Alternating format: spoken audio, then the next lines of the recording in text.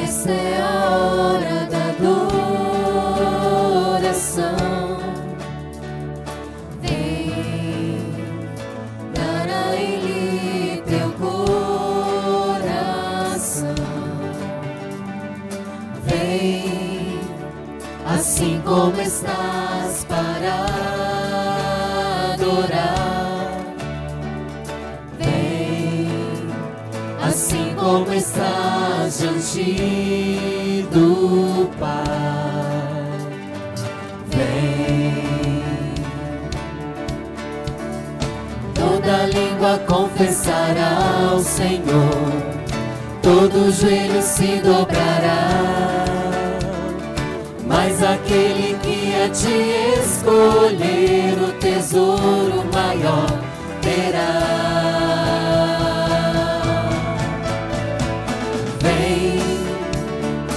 Essa é a hora da adoração.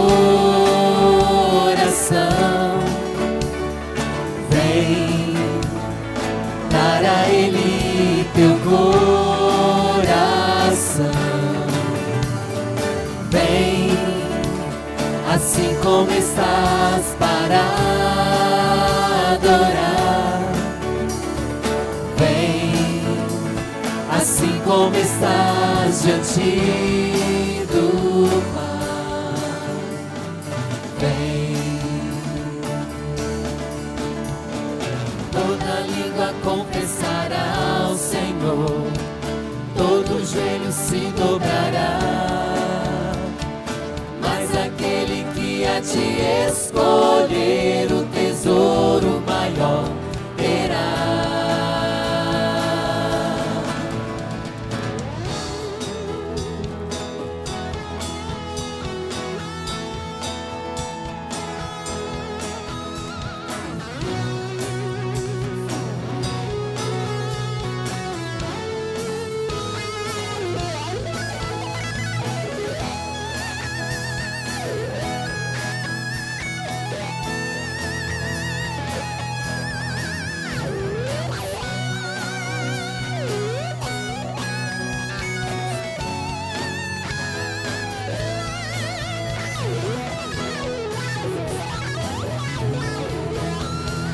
Toda língua confessará ao Senhor, todo joelho se dobrará, mas aquele que a ti escolher o tesouro maior terá. Toda língua confessará ao Senhor, todo joelho se dobrará, mas aquele que a ti escolher o tesouro maior terá. Vem, essa é a hora da adoração. Vem dar a Ele teu coração. Vem assim como estás para adorar. Vem assim como estás diante do Pai. Vem, vem assim como estás.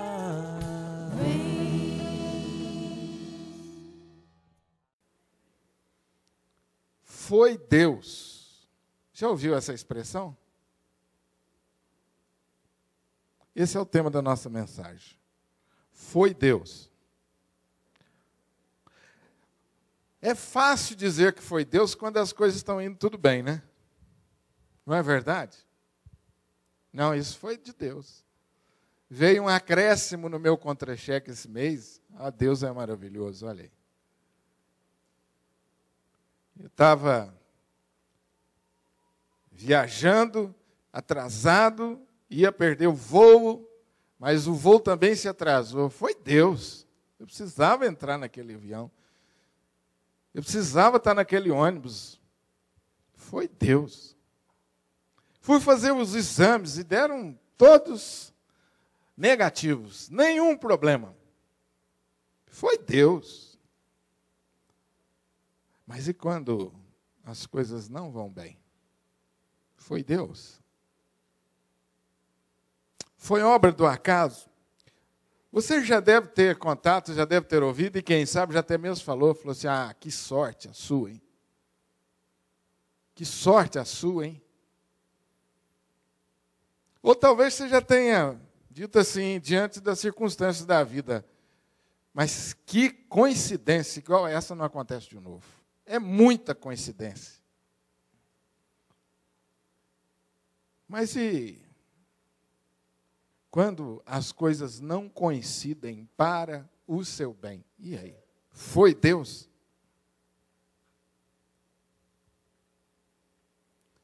E quando a gente leva aquele fora, os jovens levam fora do namorado, da namorada, foi Deus também? E aí? Eu quero falar com vocês hoje sobre esse tema, o tema da providência divina. A maior parte dos nossos problemas estão ligados às circunstâncias adversas que nos cercam e à nossa maneira de lidar com elas, a resposta que nós damos a elas, as nossas atitudes frente a estas circunstâncias adversas.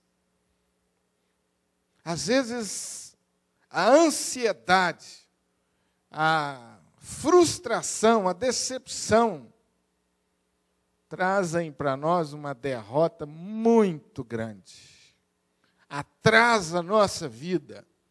Com o nosso espírito amargo, nós contagiamos as pessoas ao nosso redor, trazemos tristeza. Quando as circunstâncias são adversas, muitas vezes nós temos dificuldade em olhar para a palavra de Deus e dizer e falar aquele versículo que nós sabemos de cor. Todas as coisas cooperam para o bem daqueles que amam a Deus. É muito fácil. Quando tudo vai indo muito bem, se encaixa. Mas e quando as coisas não dão certo?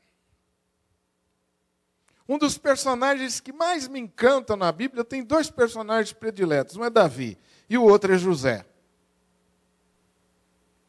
Davi sempre foi para mim um modelo inspirativo. José, eu acho José tão extraordinário que eu falava assim, esse não serve para ser meu modelo, que eu nunca vou ser igual a ele mesmo.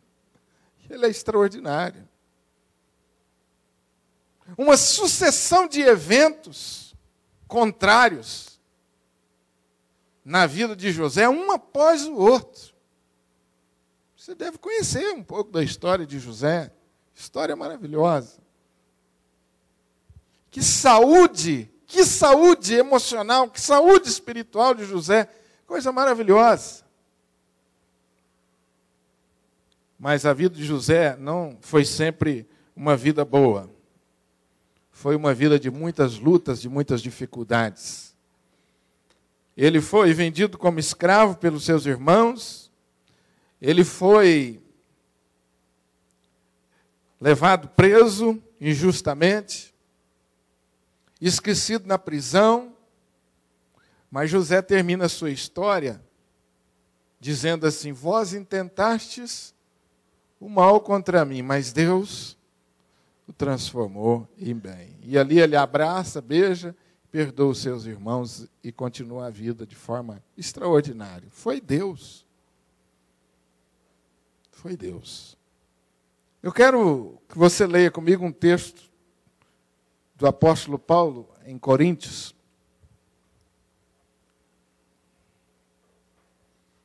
Leia comigo, por favor. 2 Coríntios 2, 14 e 15. Vamos ler. Graças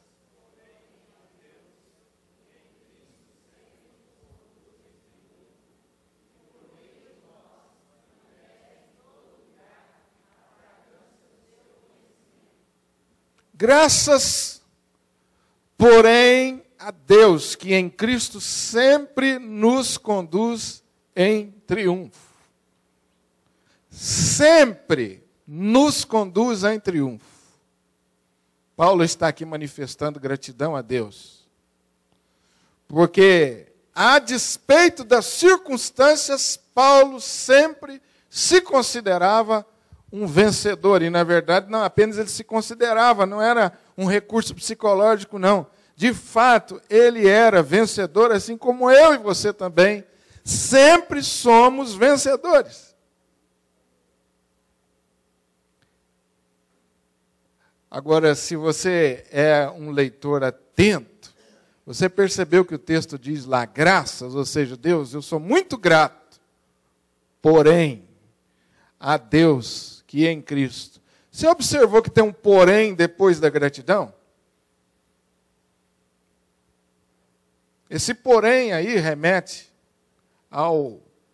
às circunstâncias adversas que estavam cercando a vida de Paulo e que, vez por outra, cercavam e envolviam a vida de Paulo. Quando Paulo escreve essa palavra, esse texto, ele se dirige a uma igreja que estava, ou no meio da igreja existiam irmãos que estavam suspeitando da sua integridade. Irmãos que diziam que Paulo era um aproveitador, que ele usava o evangelho para autopromoção, ele usava o evangelho para o seu próprio sustento, que ele não era um apóstolo verdadeiro. Havia esse burburinho no meio da igreja. A segunda carta de Paulo aos Coríntios foi escrita nesse contexto. Eu não sei como que você reage a esse tipo de coisa, quando as pessoas duvidam das suas intenções. Como que você se sente? Quando você faz tudo aquilo com maior da boa vontade, com melhor, com honestidade, com sinceridade, e a pessoa desconfia das suas intenções. Como é que você se sente? Você consegue superar isso fácil? E tocar a vida? Tem gente que consegue. Eu tenho enorme dificuldade com isso. Enorme dificuldade. Não sei se você está comigo nisso aí. Por favor, alguns levantam a mão. Vai ficar ruim para mim. Isso, me ajuda aí, gente. Amém, obrigado. Como eu tenho dificuldade quando as pessoas duvidam da minha honestidade, da minha sinceridade. Eu penso que era melhor receber pedradas, como Paulo recebeu em Listra e Icônio, do que passar por esse dissabor que ele está passando nessa igreja. Porque algumas vezes ele saiu de algumas cidades correndo, apedrejado. Eu tenho a impressão que seria melhor passar pelo dissabor de ter um Marcos do seu lado, que trouxe-lhe tanta dificuldade, tanto aborrecimento, que ele devolveu Marcos. Marcos foi um companheiro de Paulo. Chegou um ponto que Paulo falou assim, Barnabé, leva Marcos de volta, porque não dá para caminhar com Marcos. Mais tarde, Paulo manda que Marcos retorne à sua convivência, pede que Marcos retorne à sua convivência, provavelmente Marcos já amadurecido, e também o apóstolo Paulo já mais amadurecido, e ele diz, não, agora eu estou pronto para andar com Marcos. Era melhor passar pelo dissabor de ter um companheiro assim, do que duvidar da sua integridade, da sua honestidade. Mas esse homem, diante dessas circunstâncias, ele diz assim, graças, porém, a Deus, que em Cristo Jesus, sempre nos conduz em triunfo. Agora o texto diz, e por meio de nós, ele manifesta em todo lugar a fragrância do seu conhecimento. Ou seja, através de mim, de você, o bom perfume de Cristo, essa fragrância, se espalha por todos os lados. Coisa maravilhosa. Quando eu e você compreendemos que sempre foi Deus, presta atenção no que eu quero falar com você. Quando eu e você compreendemos que sempre, em qualquer circunstância, seja boa ou ruim, seja diverso ou não, sempre foi Deus. Em nenhum momento você caminha ao léu da sua própria sorte. Amém? Em nenhum momento, meu querido irmão, você caminha ao léu da sua própria sorte. Nós abrimos o nosso culto hoje aqui com 1 Crônicas dizendo o seguinte: porque teu é tudo quanto há nos céus e na terra. Tudo pertence ao Senhor. Ele é chefe, Ele governa sobre tudo e sobre todas as coisas. Portanto, sempre foi Deus. E quando eu compreendo e aceito, e em submissão à vontade de Deus, eu continuo caminhando, em dependência a esse Deus, eu continuo vivendo.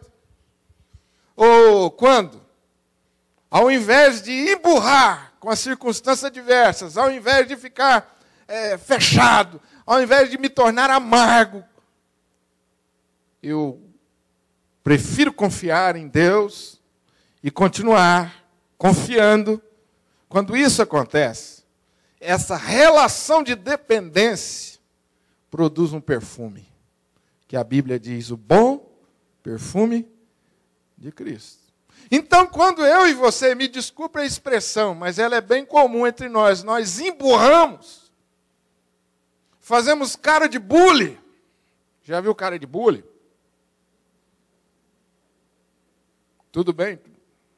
Tudo bem. Cara de bule, emburrou. Porque as coisas não saíram como você pensou. E você esparrama esse fel de amargura. A Bíblia diz que o perfume ou nem é perfume, é um mau cheiro que exala.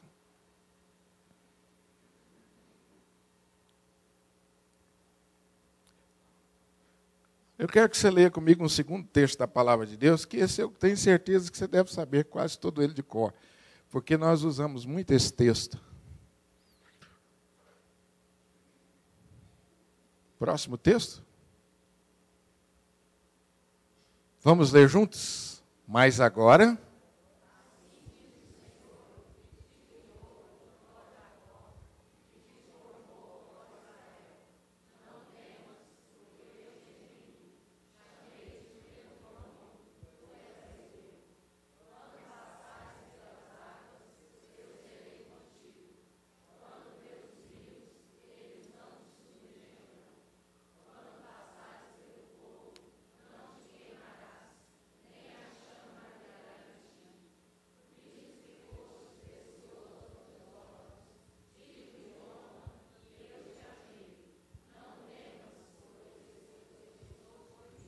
Aleluia. Amém?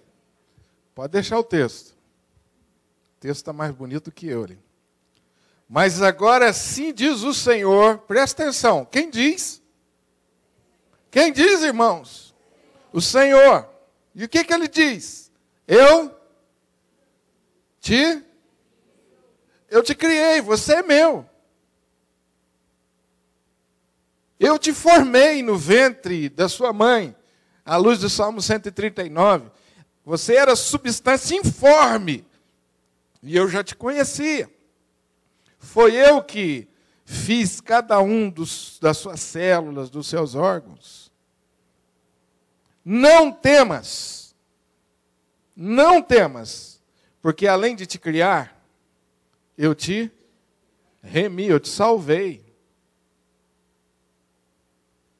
Chamei-te pelo teu nome. Tu és, finalmente, tu és?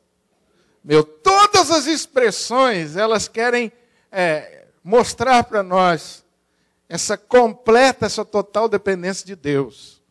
Eu disse que foi por minha palavra que você foi feito, eu te formei, eu te criei, eu te salvei, e finalmente você é meu. Ponto final. Quem disse isso não foi você, não fui eu, não foi o diabo, foi Deus quem disse.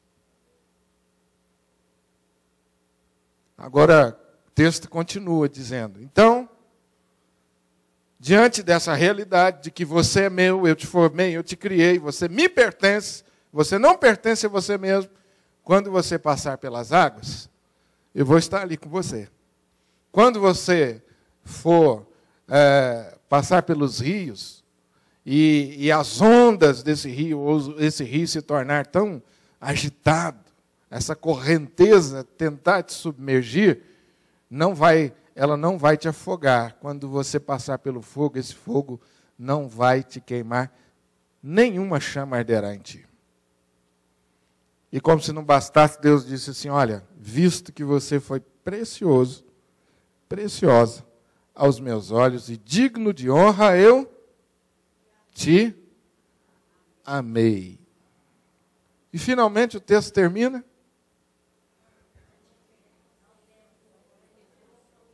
Os irmãos estão vendo daqui? Vocês estão conseguindo enxergar? Não deixe de ler o texto, não. O que diz o texto? Não? Porque sou contigo. O grande problema nosso é esse medo que nós temos das circunstâncias adversas. E agora? Como é que vai ser o futuro? Aconteceu isso e aquilo que eu não previa. E agora? Eu perdi o meu emprego. Cheguei para trabalhar. Me despediram pelo telefone. E agora? Bati o carro. Perda total. E agora? Circunstâncias adversas. A enfermidade que veio. Grande parte dos nossos problemas estão relacionados a essa imaturidade que nós temos. Em outras palavras, porque muitas vezes nós somos tão meninos, tão crianças diante das circunstâncias da vida. Se não for do nosso jeito, nós emburramos.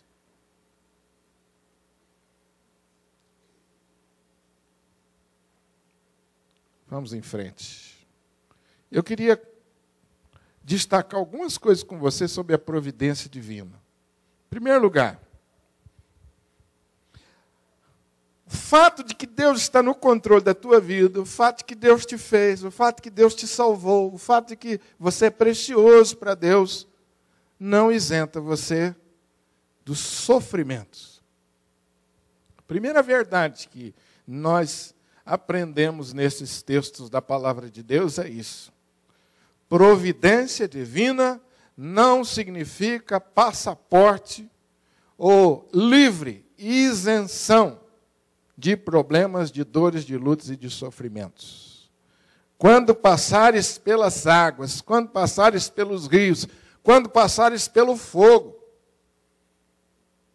o Deus providente trabalha com essa realidade de que eu e você, uma hora ou outra, vamos passar pelo fogo. Jesus também disse, no mundo tereis aflições, mas tenha de bom ânimo. Eu venci o mundo. Ele não poupou os discípulos de atravessar um mar tumultuoso. Deus não poupou a José dos sofrimentos, das dificuldades, das provações, das privações e nem das tentações, mas a providência divina sempre assegurou a José o livramento e o consolo. Deus não livrou Paulo dos sofrimentos, até mesmo daquilo que ele chamou de espinho na carne, mas Deus disse, a minha graça te basta. Deus não tirou os sofrimentos nem mesmo do seu próprio Filho Jesus, o Filho amado, mas na hora mais difícil concedeu-lhe força para dizer, contudo, faça-se conforme a tua vontade. Se você está passando por lutas, pertence à regra e não à exceção. Se você acabou de passar por uma, recobre o ânimo. Haverão mais pela frente. Um pastor amigo meu me procurou ansioso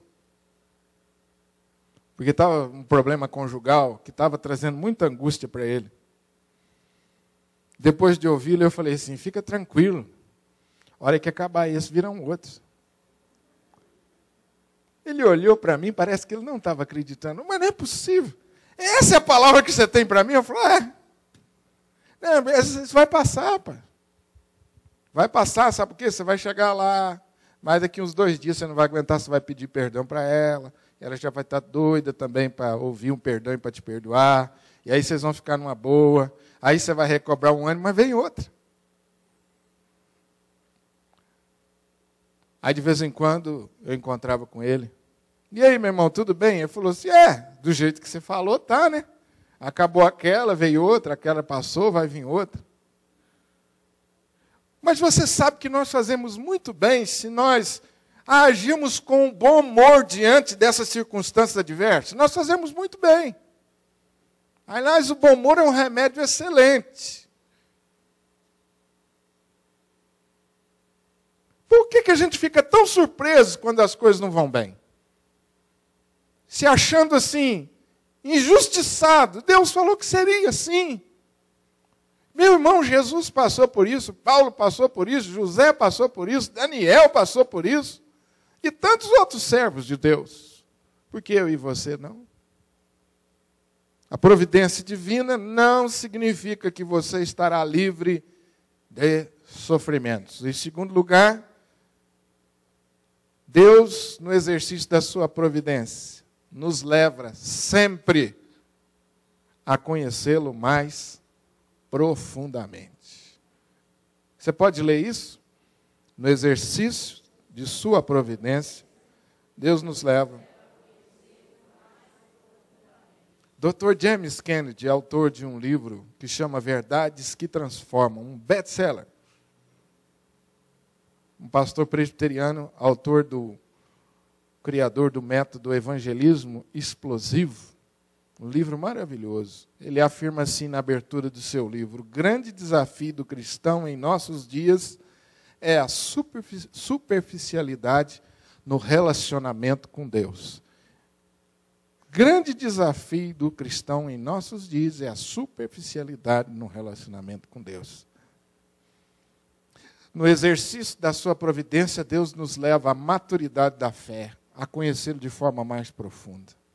Deus nos faz mergulhar, sair da superfície e conhecer os seus mistérios. E encontrar em Deus a solução para as questões mais básicas da nossa vida. Porque às vezes nós achamos que os problemas nossos são, assim, problemas de natureza material, problemas circunstanciais, vêm e vão. Não. A palavra de Deus nos aponta para o nosso problema básico, que é Deus. E quando nós estamos sendo testados e provados, é para ali que Deus nos conduz, para a essência das coisas, para o âmago das coisas, para nós tratarmos questões mais profundas. Tenha comigo que foi isso que Deus fez com o profeta, quando o levou para o porão. E lá a Bíblia diz que Deus o fez ver o oleiro que estava entregue ao trabalho de confecção de um vaso. Mas aí aquele vaso quebrou e o oleiro, a Bíblia diz que fez um outro vaso.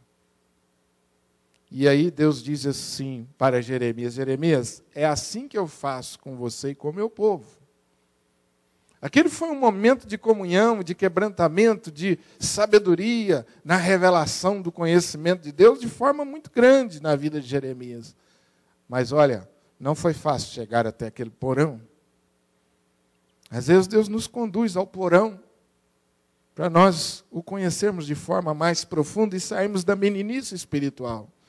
Porque eu sou o Senhor teu Deus, para que saibais e me creais e entendais que sou eu mesmo, e que antes de mim Deus nenhum se formou, e depois de mim nenhum haverá. Eu sou o Senhor, e fora de mim não há Salvador. Amém? Terceiro lugar, o exercício da providência divina testa a maturidade da nossa fé. É através dessas provas, desses descaminhos, que Deus verifica a consistência da nossa fé. Nós ganhamos capacidade de discernimento. Na travessia do mar tumultuoso, Deus diz aos discípulos: homens de pequena fé, por que duvidastes? Por que sois assim tão tímidos? Como é que não tendes fé? E nós podemos observar ali a falta de maturidade dos discípulos, quando olhando para Jesus, ele diz assim: mestre, o Senhor não se importa que nós estejamos aqui morrendo, perecendo? Você percebe o cenário? Você consegue imaginar esse cenário onde Deus conduz os discípulos para a tempestade, e no meio da tempestade, Deus permite aflorar do coração dos discípulos aquela falta de fé, ou aquela incredulidade, a ponto de eles disserem assim: Jesus, o Senhor não se importa com a gente, não. O Senhor não se importa. Duvidaram do amor, do cuidado de Deus. E Jesus olha para eles e diz assim: homens de pequena fé, quem é esse que até o vento e o mar lhe obedece? Foi isso que os discípulos disseram. Quem é esse? Provavelmente eles conheciam Jesus ainda, o Jesus milagreiro, né? Até então o relacionamento deles é com Jesus milagreiro, com Jesus que conduz na bonança, na vitória. Mas quando as coisas começaram a dar errado, eles começaram a duvidar de Deus. Será que Deus realmente nos ama? Quem é esse Deus que é capaz de controlar até as circunstâncias? Irmãos, essa não é a grande lição da vida? Essa não é a grande lição que eu e você precisamos aprender? De todas as lições, essa não é a lição. O apóstolo Tiago, nos ensina que passamos por provas para que nos tornemos perfeitos e íntegros. Tiago 1, capítulo 1, verso 2 e 4. A semelhança de uma planta, precisamos amadurecer para produzir frutos. A nossa maturidade pode ser medida pela habilidade de suportar as provas que nos sobrevêm, sem que isso abale as nossas bases ou nos façam entrar num parafuso emocional ou espiritual. Quarto lugar, no exercício da providência, Deus nos disciplina. Vamos ler isso? No exercício da providência, Deus nos... No exercício da sua providência, Deus testa a maturidade da nossa fé, Deus nos leva a conhecê-lo mais profundamente, mas no exercício da providência divina também, Deus nos disciplina. Deus nos dá consciência do erro. Deus nos dá consciência de que estamos no caminho errado. E que às vezes, nós, em determinado momento da caminhada, tiramos Deus do centro da nossa vida. Bem-aventurado é o homem a quem Deus disciplina. Deus usará pessoas e circunstâncias adversas para nos fazer refletir sobre nossas atitudes e conduta e, por fim, nos levar ao arrependimento. Você crê nisso? Deus nos usará pessoas e circunstâncias adversas para nos fazer pensar, refletir sobre as nossas atitudes e, por fim, nos levar ao arrependimento. O profeta Jonas, providencialmente, foi engolido por um grande peixe. Que circunstâncias adversas. Mas, por fim, ele se arrependeu de ter desobedecido a Deus. No exercício da sua providência, Deus puxa a nossa orelha e nos recoloca no centro da sua vontade. Amém?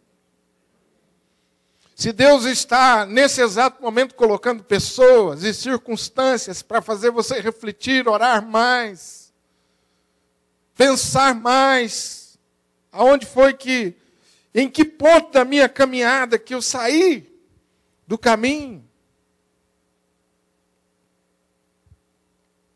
dê glória a Deus por isso. Você vai demonstrar maturidade de fé.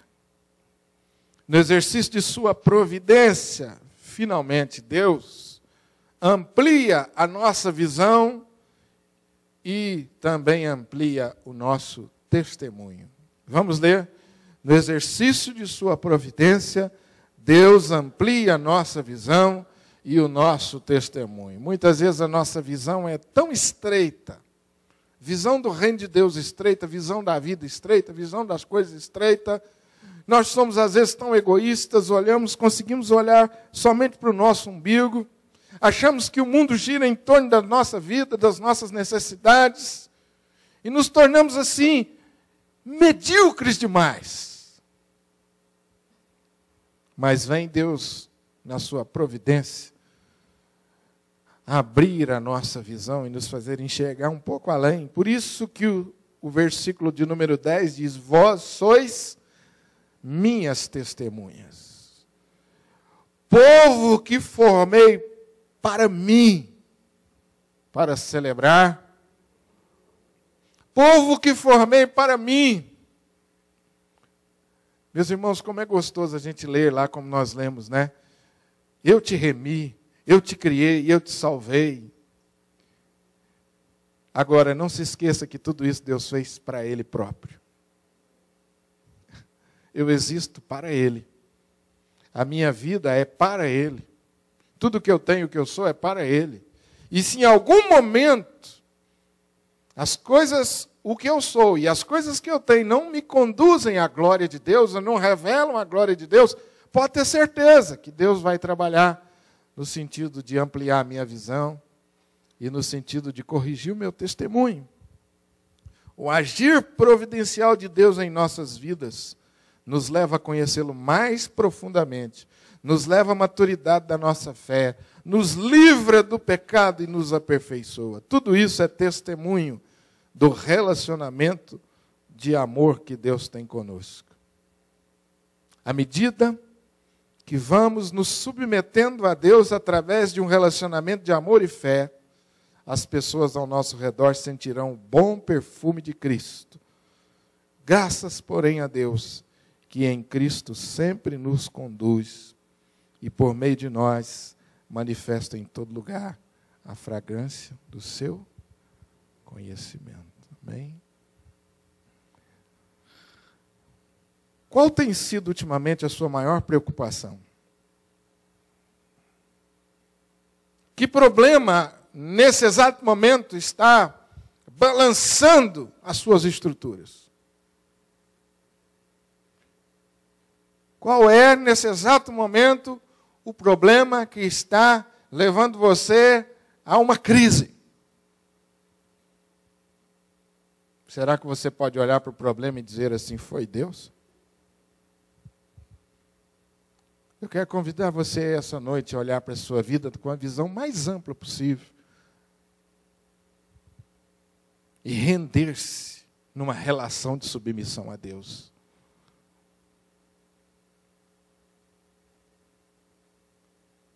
Dizem que, logo depois do naufrágio do famoso Titanic, uma equipe de cinegrafistas foi visitar o que sobrou. E depois de examinar com cuidado tudo e de avaliar, diz que um deles perguntou assim, quem é que estava no comando disto aqui? Quem é que estava no comando disto aqui? Quem é que está no comando da sua vida? Quem é que está no comando da sua vida? Meu irmão, essa pergunta precisa ser respondida antes do naufrágio. Essa pergunta precisa ser respondida antes de você bater com um iceberg na sua frente. Quem está no controle da sua vida?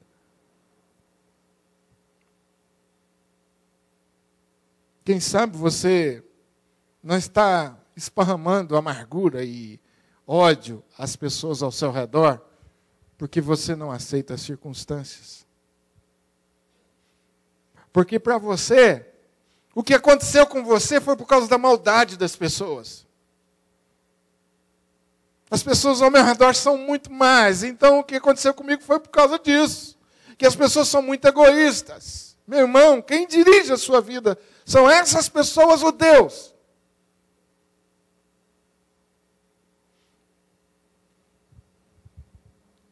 Não olhe para as circunstâncias. Olhe para esse Deus que criou todas as coisas e que está dizendo assim: você é muito precioso para mim. Quando você passar pela prova, eu vou estar com você.